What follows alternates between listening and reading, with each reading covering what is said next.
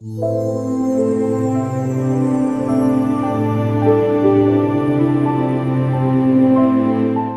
2, 1882 సరిగ్గా 140 సంవత్సరాల క్రితం సామర్లకోటలో మన బాప్టిస్ట్ సెమినరీ స్థాపించబడింది. ఇదే రోజు తెలుసండి, పిఠాపురం రాజు గారు స్థలం ఇచ్చారు సెమినరీ కొరకు. 1881లో ఇచ్చాడు ఆయన. సుమారు $3,000 ఆ రోజుల్లో విలువైనటువంటి స్థలాలను ఇచ్చి కళాశాల కొరకు, విద్యార్థుల కొరకు ఖర్చు పెట్టండి అన్నాడు. సో వాళ్ళు అదేమో ఉట్టికిన అయిపోయింది కాదు.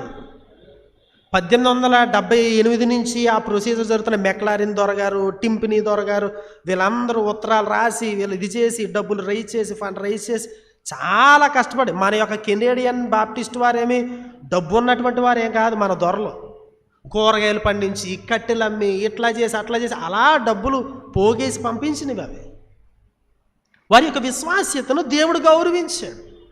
అనేక మంది సేవకులు తయారయ్యారు.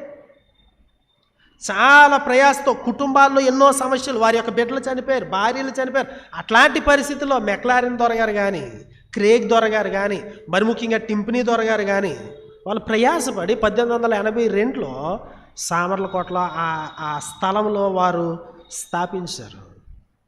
అనేక మంది సేవకులను తయారు చేయడం మొదలెట్టారు, స్థానికులైన సేవకులు. వారు మంచి గృహ నిర్వాహకులుగా ఉన్నారు.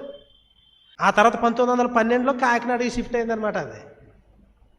ఈరోజు మనం ఏం చేస్తున్నాం? మన వాళ్ళు స్థానికులు, భారతదేశీయులు ఎక్కడ దొరికితే ఏది అమ్ముదామని చూస్తున్నారు. మంచి గృహ నిర్వాహకులుగా ఉండలేకపోతున్నాం. వాళ్ళు సంపాదించి పెట్టి ఇది చేస్తే మనం ఏం చేస్తున్నాం? అసలు వాటిని మెయింటైన్ చేసుకోలేనటువంటి పరిస్థితుల్లో ఉన్నాం.